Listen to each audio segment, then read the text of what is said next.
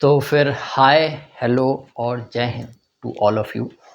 मैं मोहित यादव आज आप सबके बीच में फिर से कुछ क्वेश्चंस लेकर के आया हूँ जो कि आपके ही मतलब के हैं। आपके ही मतलब के हैं का मतलब ये कि वो क्वेश्चन आपकी आगामी परीक्षा यानी सीबीएसई बोर्ड का जो 2025 में पेपर होगा मैथ्स का, उसमें क्लास 10th का, उसमें ये सवाल आ सकते हैं। ये हम नहीं कह रहे, सैम्पल पेपर कह रहे हैं, क्योंकि मैंने क्वेश्चन सैम्पल पेपर से उठाया। मैं कहता हूँ ये क्वेश्चन नहीं आ रहे, ठीक है, तो आपको उससे क्या, आपको कोई भी क्वेश्चन करते समय, यही नहीं, कोई भी क्लास 10th की मैथ्स का क्वेश्चन करते समय ये बात दिमाग में रखनी चाहिए कि आप उस क्वेश्चन को पढ़ के क्या उसको समझ पा रहे हो कि उस क्वेश्चन में करना क्या है। अगर उतना समझ पा रहे हो तो कोई भी क्वेश्चन आएगा तो आप समझ लो कि आप वो कर लो, क्योंकि मैथ्स करने का मतलब ये नहीं है कि आपको रटा रटाया कोई क्वेश्चन मिल जाए और आप उसको कर लो, ठीक है ना। हर क्वेश्चन अपने आप में बहुत अच्छा होता है। अगर किसी ने नहीं पढ़ा है तो उसके लिए तो इतना अच्छा होता है कि क्या ही कहने, लेकिन अगर किसी ने पढ़ा है तो केवल कर लेना उसको बड़ी चीज़ नहीं है, उसको उसके अंदर से और क्या क्या चीज़ें सीख रहा है वो बड़ी चीज़ है कि एक क्वेश्चन में कोई बात सीखी, उसको दूसरे क्वेश्चन में वो इम्प्लीमेंट कर पाता है कि नहीं, ठीक है। अब ज़्यादा समय न लगाते हुए 1, 2, 3 और एक ये 4 क्वेश्चन मैंने लिए, जिसमें से ये और ये सेक्शन सी यानी 3-3 नंबर के क्वेश्चन है, एक ये सेक्शन डी जो कि 5 नंबर क्वेश्चन है। यानी कि कितने हो गए, ये तो और का हो गया, यानी 3-3 6 5 11 नंबर, लगभग 10-11 नंबर हैं। कितनी देर में आप कर पाते हैं, कितनी देर में हम कर पाते हैं, किस सॉल्यूशन से आप करते हैं, किससे हम करते हैं, ये सब अभी पता चल जाएगा। यदि आपको आता है पहले कर लो, नहीं आता है तो हमें कर लेने दो, फिर कर लेना, ठीक है। हम पहले ये करें। सिंपल क्वेश्चन, ट्रिग्नोमेट्री का, sine theta plus cos theta equal P, sec theta plus cosec theta equal Q, और प्रूव करना है ये। तो इसका हम केवल ये वाला पोर्शन पकड़ेंगे, LHS लिखेंगे, LHS, ठीक। क्यू कितना है ये, तो इसको दो लोग हैं तो ब्रैकेट में लिखते हैं, sec theta plus cosec theta, फिर ब्रैकेट इन्होंने खुद लगा के दिया और पी का स्क्वायर यानी इसका स्क्वायर करना है, sign theta plus cos theta का स्क्वायर, फिर -1 लिखा है, हम भी लिखेंगे और ब्रैकेट लगा देंगे। इतना काम हमने देख देख के किया, कॉपी समझ सकते हैं, ठीक है। हमने ये जानना है कि सेक थीटा को तोड़ के 1/cos थीटा लिख देते हैं, कॉसेक थीटा को तोड़ के 1/sin थीटा लिख देते हैं और ऐसे ब्रैकेट लगा देते हैं। ये a प्लस बी का तुमको होल स्क्वायर नहीं दिख रहा, इसमें गलती क्या करते हैं वो भी बता दूँ। इस तरह का कभी भी किसी को लिखा मिलता है, और क्योंकि उसने कभी क्या पढ़ा तो होता ही है, लेकिन वो इम्प्लीमेंट नहीं करता, वो इसको सॉल्व करके ये लिख देते हैं, मतलब इसका स्क्वायर दे दिया और इसको दे दिया, ये हो गया गलत। ये भाई a प्लस बी का होल स्क्वायर, इंडिविजुअल स्क्वायर नहीं करना, ठीक है। तो कृपया इन चीज़ों का ध्यान रखें, सिली मिस्टेक है, आपको आती हैं फिर भी ये आप नहीं कर पाते। तो यहाँ पर a square plus B square plus 2ab और ये -1, ये लिख, ये अपॉन में नहीं है, उसी के साथ है, जगह नहीं, ठीक। यहाँ लेंगे एलसीएम, जब एलसीएम लेना नहीं आता तो उन्हीं डिनोमिनेटर का करा दिया जाता है मल्टीप्लाई, करा दिया। कॉस थीटा से कॉस थीटा हटा, बचा साइन थीटा, 1 में मल्टीप्लाई साइन थीटा, प्लस लगाया, साइन थीटा से साइन थीटा हटा, बचा कॉस थीटा, 1 में मल्टीप्लाई तो कॉस थीटा। अब अगर आपने ट्रिग्नोमेट्री का कोई एक भी क्वेश्चन लगाया या आपने सीखने की कभी कोशिश की तो आपने देखा होगा कि sine square theta plus cos square theta होता है 1। तो इस 1 में से ये 1 माइनस होकर के ख़त्म हो गया, तो केवल बचा क्या, 2 साइन थीटा और कॉस थीटा, ये अपॉन में, ये ऊपर मल्टीप्लाई में, साइन थीटा से साइन थीटा, कॉस थीटा से कॉस थीटा कट, 2 बचा 2, और ये क्या है, क्या यही तो P है, तो यही तो प्रूव करना था, प्रूव हो गया।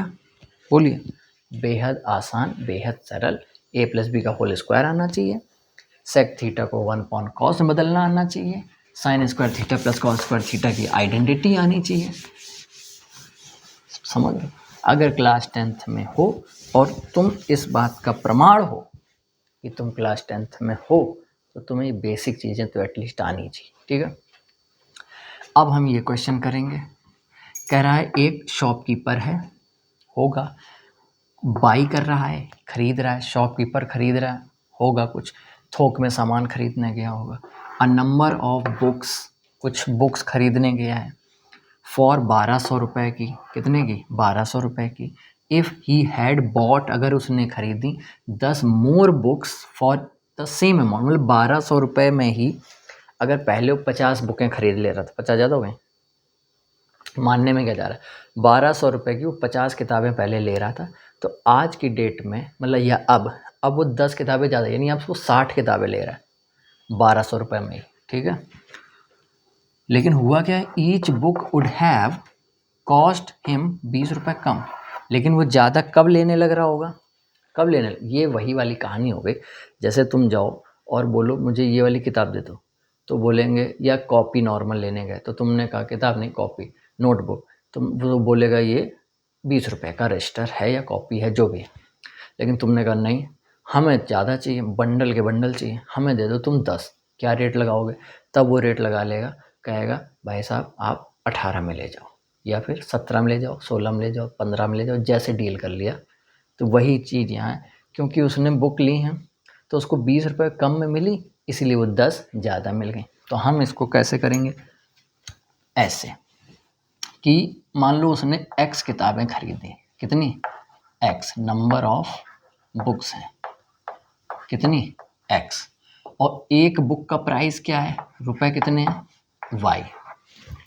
उसने जैसे कहा जाए कि 10 किताबें खरीदी और एक किताब 20 रुपए की है, तो रुपए कितने बनेंगे, 10 × 20, एक किताब का रुपया और कितनी किताबें खरीदी उनका कराओ मल्टीप्लाई, टोटल रुपए आ जाएंगे।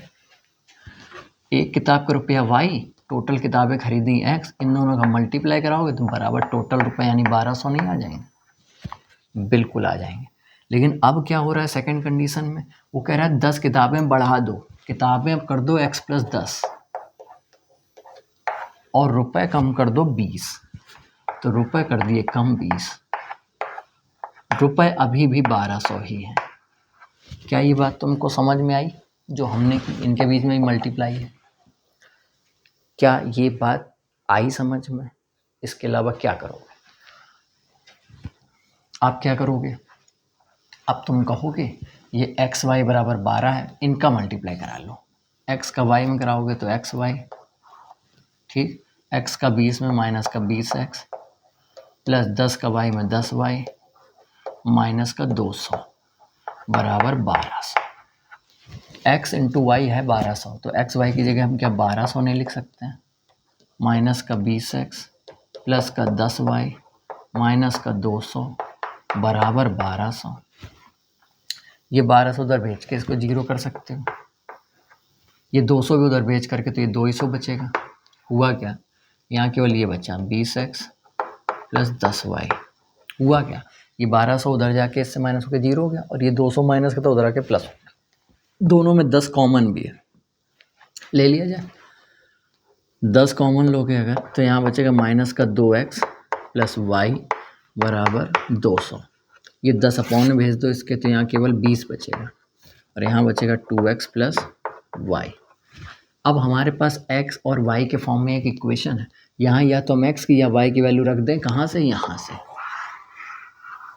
यहाँ x y बराबर अगर 1200 है तो हमको अगर y निकालना है तो 1200 अपॉन x हो जाएगा, तो 2x प्लस यहाँ लिख दो 1200 अपॉन x इक्वल 20 वगैरह। एलसीएम लेंगे आप तो x 1 का टेबल ऐसे पढ़ो कि x आ जाए, तो x बार पढ़ोगे, x का मल्टीप्लाई इसमें तो माइनस का 2x स्क्वायर प्लस x से x खत्म, 1 बचा, 1 का मल्टीप्लाई 1200 बराबर 20। सही से अगर लिखोगे तो x के इधर मल्टीप्लाई होकर के 20x हो जाएगा, तो माइनस का 2x स्क्वायर प्लस का 1200 और बराबर 20x।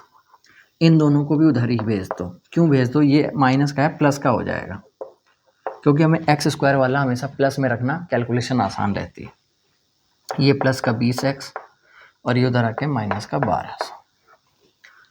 तीनों में 2 कॉमन है, ले लो। क्या यही नहीं आएगा? ये 2 जीरो में भी चला जाएगा, तो केवल बचा x square plus 10x minus 600। अब ये बन गई क्वाड्रेटिक। मिडिल टर्म स्प्लिटिंग करनी है, कर लीजिए। इधर लिख लेते हैं थोड़ा। यहाँ 600, यहाँ इसका कोफिशिएंट 1 का मल्टीप्लाई 600 से कराया तो क्या आया? 600 ही आया। उसके फैक्टर ऐसे करो कि माइनस करके 10 आए, मतलब इसके पहले फैक्टर कर लो। देखो कैसे करते हैं। 2 से किया 300, 2 से किया 150, फिर 2 से किया तो 75, 3 से किया तो 25, 5 से किया तो 5 और 5 से किया तो 1। 2 ग्रुप बनाओ कि माइनस करके 10 आए। 55, 25 से 75, 2 दूनी 4 दूनी 8 नहीं बना। 2 दूनी 4 दूनी 8 का 24 और 55, 25, 25 से 24 माइनस करेंगे 1 आएगा। हमें चाहिए 10, नहीं बनी बात। फिर क्या करें? 5 से 15 दूनी 30, 5 दूनी 10 दूनी 40, 5 दूनी 10 दूनी 20, 30 और 20 बन गए। यानी लिखोगे एक्स स्क्वायर प्लस 10x को क्या लिखोगे? 30x माइनस 20x और माइनस का 600। इन दोनों में x कॉमन, तो आया x प्लस 30, फिर माइनस लगाओ, थोड़ी जगह छोड़ो और x plus 30 as it is लिख दो। यहाँ 20x था, x कैसे बचा? पक्का 20 कॉमन लिया होगा, तो एक ब्रैकेट में x प्लस 30 और एक ब्रैकेट में x माइनस 20, और ये सब बराबर में 0 के चल रहा है। तो यहाँ से आया x प्लस 30 बराबर 0, तो वो x की वैल्यू माइनस 30 आएगी, नहीं चाहिए, ये वाली चाहिए जो कि 20 आएगी। x हमने माना था नंबर ऑफ बुक, यानी उसने 20 किताबें खरीदी। कितनी खरीदी? तो y 20 किताब खरीदी, कितनी रुपए की? y रुपए की, तो 1200। यानी कि अगर हमें y निकालना है तो यहाँ 20 रखोगे, 20 अपॉन में आ जाएगा, तो 1200 अपॉन 20 यानी 60। y की वैल्यू क्या आ जाएगी? 60। इसका मतलब समझ रहे हो कि उसने 20 किताब खरीदी और एक किताब 60 रुपए की थी। दूसरी कंडीशन को भी सेटिस्फाई कर सकते हो। उसने 30 किताबें खरीदी, 20 प्लस 10 30, तब उसको 20 रुपये कम, यानी तब वो 40 की किताब मिलने लगी होगी, तब भी 1200 बने। जैसे मर्जी है। मेरा मानना ये कि आपको अप्रोच आनी चाहिए। इसी क्वेश्चन को एक रटे रटाए मेथड से भी कराया जाता है, गलत नहीं है। जिसको आ गया बहुत बढ़िया, लेकिन मैं ये बता रहा हूँ कि इन केस कोई एकदम नया सा क्वेश्चन आया तो आप उसको कैसे तोड़ोगे। वहाँ तो कुछ हमने पहली बार देखा है, कुछ रटा रटाया तो है नहीं, वो तोड़ना आना चाहिए। ठीक है, आप 80 में 70 65 बहुत ईजिली ला लोगे, लेकिन जो 10 नंबर होंगे वो नए क्वेश्चन पे बेस्ड होंगे। लास्ट ईयर को देखते हुए नए क्वेश्चन पर भी प्रैक्टिस करते रहनी चाहिए। ठीक है, अब हम करते हैं, ये तो 5 वाला नंबर वाला कर ही दिया, तो अब तो कोई दिक्कत ही नहीं।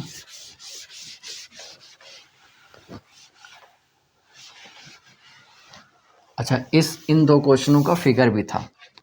फिगर मैंने बनाया नहीं, कोई नहीं, बना लेते हैं अभी। फिगर कुछ ऐसा था, पहले इसका बना लेते हैं। फिगर कुछ ऐसी कहानी कह रहा था, चलो ये पढ़ लेते तो पता चल जाएगा कि पी और पी बी 2 टेंजेंट हैं, ड्रॉन खींचे गए हैं फ्रॉम एन एक्सटर्नल पॉइंट, बाहर किसी एक पॉइंट यानी पी से, जो कि खींचे ही जाते हैं बाहर से, और 2 कॉन्सेंट्रिक सर्कल हैं, यानी एक सर्कल और है ना, 2 सर्कल है, 2 कॉन्सेंट्रिक सर्कल हैं। कॉन्सेंट्रिक का मतलब समझ रहे हो? ऐसे 2 सर्कल जिनका सेंटर सेम हो। देखो ये सेंटर इस सर्कल का भी, यही सेंटर इस सर्कल का।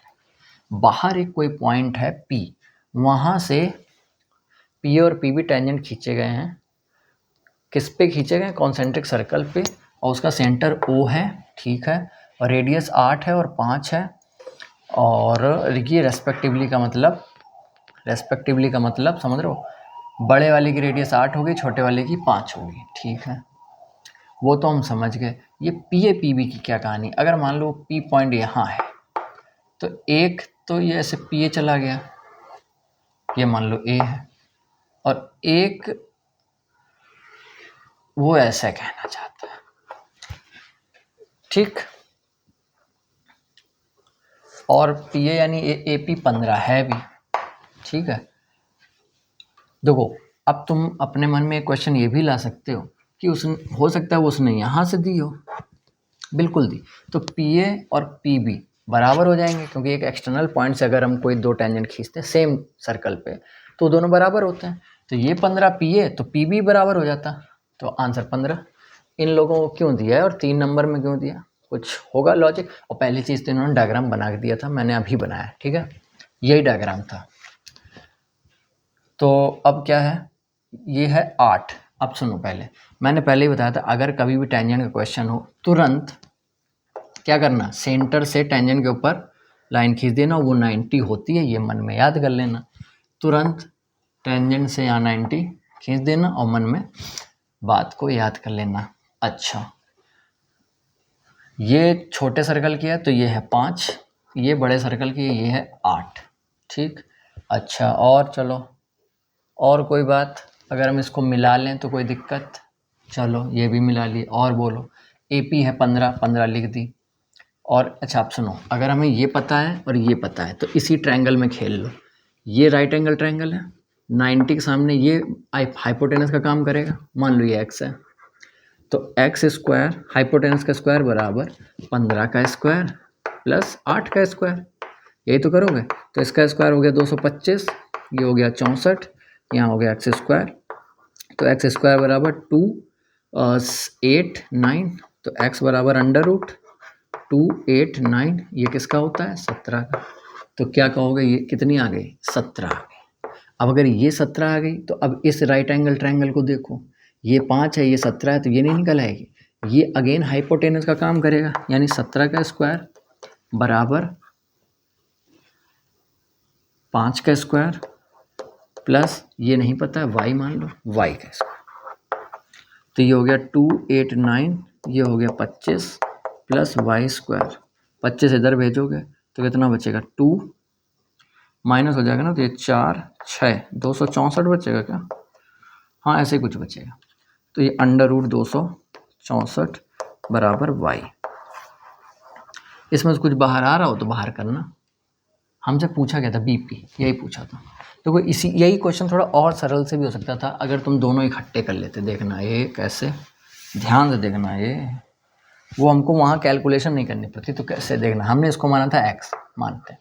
पहले ट्रायंगल में लगाओगे क्या लिखोगे,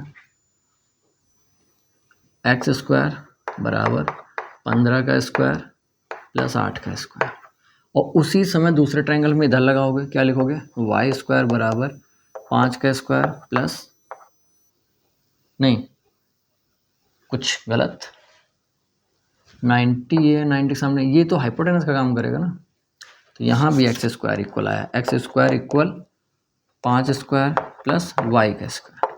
तो देखो ये भी एक्स स्क्वायर इक्वल है, ये भी एक्स स्क्वायर, तो ये दोनों इक्वल हो गए ना। तो 5 का स्क्वायर 25 प्लस वाई स्क्वायर बराबर 225 प्लस 64, तो वाई स्क्वायर बराबर ये उधर जाएगा 2 8 9 माइनस 25, हाँ तो सेम ही तो आ रहा है 264। तो ऐसे भी कर सकते थे, खैर इतनी कोई ये बहुत बड़ी चीज़ नहीं आ गई। इसको अगर तोड़ोगे भी तो 264 को तोड़ोगे 2 से, 1 3 2 2 6 6 2 3 3 3 11 11, तो ये 2 बाहर आएंगे, यानी 2 रूट 3 दूनी 6 और 11 66, ये कुछ ऐसा कुछ आ जाएगा। सिंपल है। अगला क्वेश्चन,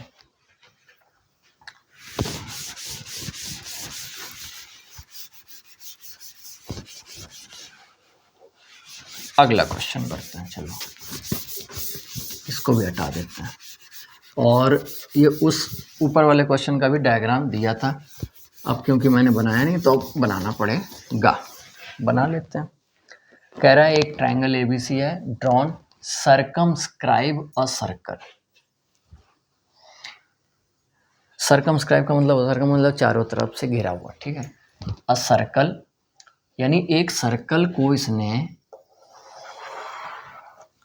चारों ओर से घेर लिया है, चारों ओर से समझते हो?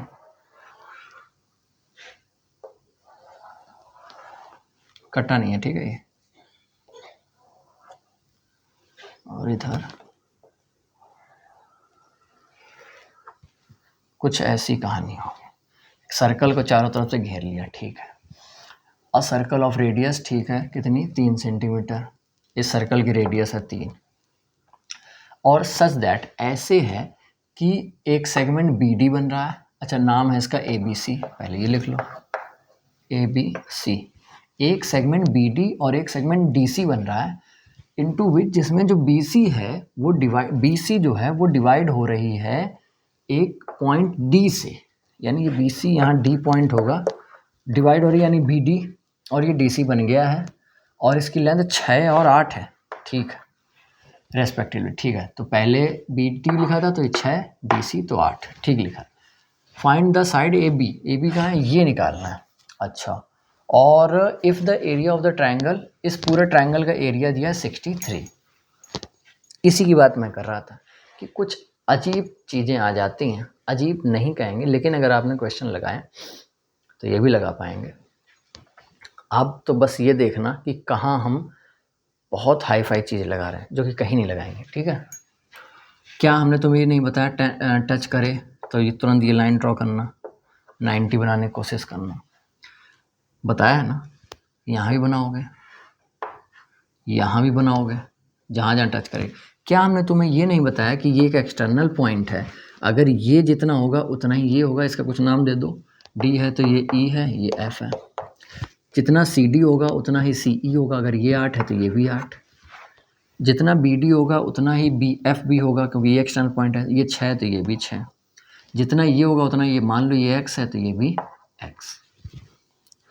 एक बात, क्योंकि इन्होंने एरिया की बात कर दी है। अच्छा, और हमको रेडियस भी पता है, यानी ये 3 है, ये सब 3 3 होंगी। बताओ क्यों, रेडियस ही है 3 है, ये सेंटर है। ओ, बहुत ध्यान से देखने की कोशिश करना। अब हम जो मिला रहे हैं उसको देखना, इसको मिला दिया, इसको मिला दिया और इसको भी मिला दिया। हमें इस पूरे ट्रायंगल का एरिया पता है, उसमें से तुम ये वाला ट्रायंगल देखो, ये वाला, फिर एक ये वाला ट्रायंगल देखो, और फिर एक ये वाला ट्रायंगल देखो। तुमको ऐसा नहीं लगता कि इस ट्रायंगल का एरिया प्लस इस ट्रायंगल का एरिया प्लस इस ट्रायंगल का एरिया, यानी तीनों ट्रायंगलों जो अंदर बन रहे हैं उन तीनों का एरिया इक्वल टोटल ट्रायंगल का एरिया, ऐसा ही तो होगा। यानी जो 64 हम लिखें कि बड़े वाले ट्रायंगल का एरिया बराबर, अब हमें इसका एरिया यानी area of triangle B O C plus area of triangle C O A plus area of triangle B O A, क्या यही नहीं होगा। अब बस तुम्हें क्या करना है कि इनका एरिया कैसे निकले। अगर कोई एक ट्रायंगल है, उसमें हमें दो ही चीज़ें चाहिए होती हैं, परपेंडिकुलर हाइट और बेस। देखो इसमें है, ये परपेंडिकुलर हाइट है, ये बेस है, तो 1/2, हाइट हो गई 3 और बेस है पूरा 8 6 14, प्लस इसमें आ जाओ तो ये परपेंडिकुलर हाइट, ये बेस, हाइट अगेन हो गई 3 और बेस कितना हो जाएगा 8 + x, क्योंकि ये 2 लोग हैं तो ब्रैकेट, प्लस हाफ परपेंडिकुलर यानी ये 3 और बेस 6 + x, 3 और ये 6 + x। बहुत ध्यान से देखो, तीनों में ये वाला पोर्शन कॉमन है, कॉमन है तो कॉमन ले लो, 3/2 कॉमन, तो यहाँ बचा 14, यहाँ बचा 8 + x और यहाँ बचा 6 + x, यहाँ 64। ये 2 को इधर भेज दोगे तो ये हो जाएगा 128, 3 को नीचे भेज दोगे तो ये हो जाएगा 3 नीचे इक्वल, ये दोनों प्लस, ये तीनों प्लस, 8 6 14 और 14 28 प्लस x और x 2x। बोलिए क्या यही नहीं होगा? बिल्कुल होगा। ये 28 इधर ला करके इससे माइनस होगा तो 128/3 - 28 = 2x, ठीक। ओहो, एक मिस्टेक हो गई, यहाँ 3 लिखा है, तो यहाँ 3 लिखना है। तो ये इससे मल्टीप्लाई होगा तो कितना आएगा 126। तो ये 3 से कट भी जाएगा, 3 से कटेगा, 3 चौको 12, 3 दूनी 6, 42 में 28 माइनस हो गए तो आए 14, और ये 2 अपॉन में आ जाएगा, तो ये कितना आ जाएगा 7। क्या पूछा था, पूछा क्या है, फाइंड साइड ए बी, ये पूछिए। अगर ये 7 आ गई तो 6 और 7 13। अलग क्वेश्चन, बस एरिया से ये क्वेश्चन थोड़ा सा अलग हो गया, लेकिन क्या आपको एरिया नहीं पता था, क्या आपको हाफ बेस इंटू हाइट नहीं पता था, सब पता था। लगाते कैसे हैं उसके लिए हम नहीं, आपको खुद एफर्ट करना पड़ेगा। हम बस आपको एक डायरेक्शन दे रहे हैं कि नए क्वेश्चन भी पेपर में आते हैं, अगर आप इतने सबल हैं। हाँ, अगर आप पास होने की कगार में हैं तब फिर आप इन क्वेश्चनों से दूर रहें। जो मैंने पहले क्वेश्चन लगवाए बहुत इजी भी लगवाए हैं, उन पर ध्यान दें, इन पर ध्यान ना दें। आपने अभी तक नहीं लगाए, इस ये बात का प्रमाण है कि आप नहीं चाहते हैं मैथ्स को। ठीक।